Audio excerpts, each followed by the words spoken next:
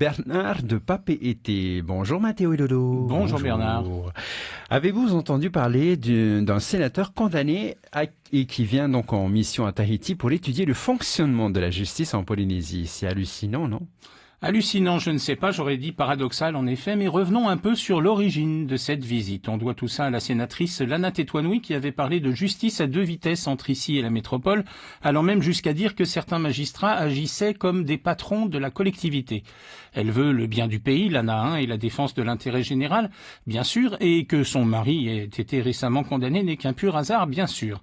Il y aura donc pendant 10 jours 3 envoyés spéciaux du Sénat, dont l'un d'eux, effectivement, a attiré l'attention à cause d'une petite casserole derrière lui.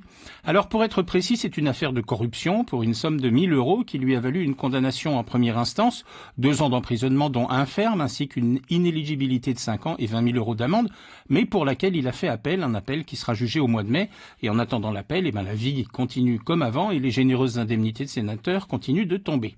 Une affaire en cours donc, avec une vidéo compromettante qui le montrerait acceptant un supposé pot de vin, mais qu'il a vivement contesté en demandant des expertises pour démontrer qu'il s'agirait d'un faux. Donc une histoire d'une importance mineure. Il va en voir de pire au Fénois, monsieur Kaltenbach, puisque c'est son nom. Mais encore une fois, c'est le symbole qui choque, ou plutôt qui devrait choquer. Et puis c'est toujours le même phénomène de la banalisation des affaires qui se propage et qui ne choque plus personne. En 2017, en France, un élu, de quelque bord qu'il soit, qui trimballe une affaire ou deux, continue à exercer sans conséquence ses fonctions. C'est toute la question morale qui est bafouée et on ne trouverait presque rien à dire à de telles situations qui finissent en France métropolitaine et en Outre-mer par devenir la norme. Il y a des pays, en Scandinavie par exemple, où pour la moindre petite somme payée à des fins personnelles avec de l'argent public, il y a démission immédiate et scandale national parce que dans ces pays, il y a des valeurs qui ont encore une signification et qui s'appellent l'éthique, la morale, l'honneur.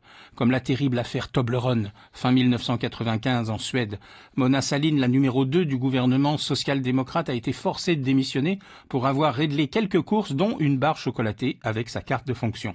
Peu importe qu'elle ait immédiatement remboursé la somme, le scandale continue de la hanter. Alors on souhaite un bon séjour à monsieur Kaltenbach et ses 2 collègues, voyage aux frais de la princesse, bien sûr.